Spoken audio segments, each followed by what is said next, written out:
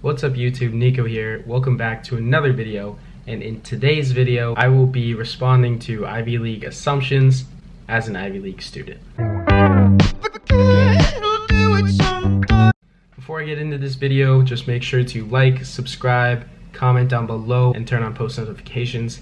It's greatly appreciated by myself as I'm trying to grow this channel and post a lot of new content for you guys. Now, I got all these assumptions from my TikTok followers while I was on a live stream.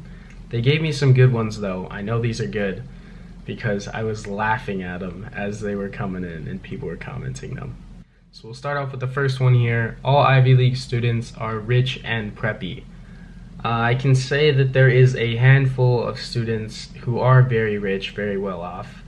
And there are lots of students who come from very select prep schools that always kind of feed into Ivy League schools like Harvard. So this is partially true, but it's not true for everybody. It's definitely not true for the majority of students. Next one is, you look down on everyone. I can say that there is definitely a superiority complex as an Ivy League student, and a lot of people look down on a lot of kids who go to different schools for whatever reason. This one is pretty true, not gonna lie. Next one says, it is a cult. It's kind of a cult. I mean, Ivy League students like but dislike Ivy League students. They're grouped together because they're all in the Ivy League, but they also hate every other Ivy League school because they think their school is better than all the other Ivy Leagues. So I can say it's like being in a terrible family. No one likes each other, but you're all family at the end of the day. 50% chance you paid your way in. As I said earlier, there are a lot of kids here with a lot of money. There are a lot of legacy kids. Don't know if they exactly paid their way in, but I can say a small majority of kids definitely donated some family money. And if I was in that situation, I would probably do it too. But my parents didn't go to Ivy League schools. Perfect GPAs. I'm really friends with a lot of athletes. And we all definitely don't have perfect GPAs, but I don't know if this is referring to high school GPAs or college GPAs. A lot of these kids most likely did have perfect GPAs, but they like to play it down. They like to be a little bit humble about it. A lot of these kids did have perfect test scores, perfect ACT, perfect SAT, and perfect GPAs. So that one's pretty true. Wants to be a lawyer or a doctor. There are a lot of pre-med and pre-law students. That one's true for a good group of students.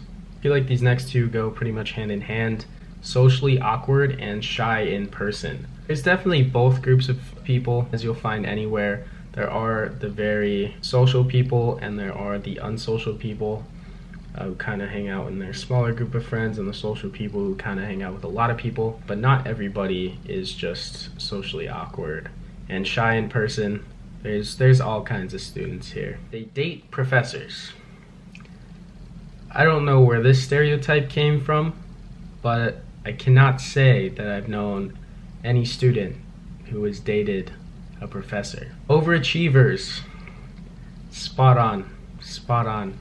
Yes, that's what I'll say for that one. Yes, overachievers. Super competitive. Yes, but people will play it down. Kids will say they failed, but get like an A, a low A, A minus, and that's failing to them. Another one is B plus is failing. A lot of kids do see a B plus as failing. I personally don't see a B plus as failing. B plus is solid grade. Succeed in tech and finance. It's definitely true. Everyone who pretty much goes economics and computer science does do really well in tech and finance. Hardest partiers, low key. Harvard students do work hard, play hard. That mentality is definitely true. Work very hard during the weeks, and Friday, Saturday night, do party pretty hard. But that does not apply to everybody. Studies 10 plus hours a day. I wish I could study 10 plus hours a day, but I also don't wish I could study 10 plus hours a day. That one's spot on. Date within social status. Let me think here of relationships I've seen on campus. I can say that's fairly true. A lot of people with money date people with money. That's a pretty good one. I'd say that's pretty accurate. Do a lot of internships. Yes. Every time I go on LinkedIn and someone from school adds me, they'll have like 20 different internships on their resume. I've only done one. I don't know how you ever fit 20. I don't think I've experienced 20 summers in my life, but somehow they managed to do it and have a whole resume on LinkedIn just because of it. So that one's spot on. Live in the library. Yeah, a lot of students are in the library at all times. I prefer to study in my room. I know a lot of people don't like to study in their rooms. That's where I do a lot of my work, but all the libraries, the study centers, kids are in there all the time, like 24/7, even in the middle of the night. It's kind of crazy. Only do things for their resume. That's a pretty solid one. I'd say that's definitely true. Marry Ivy League grads. Can't say that I know that, just because every Ivy League student I really know is my age and isn't married yet, which makes a lot of sense.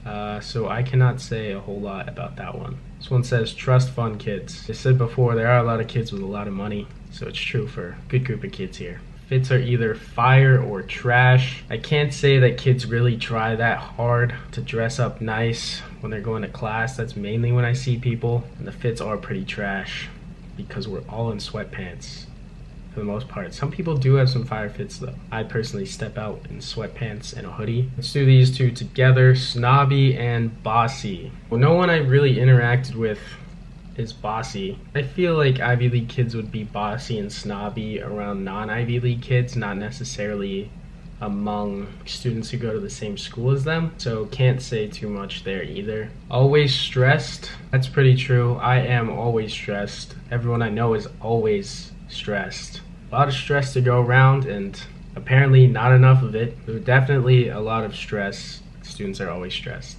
Can't do anything just for fun.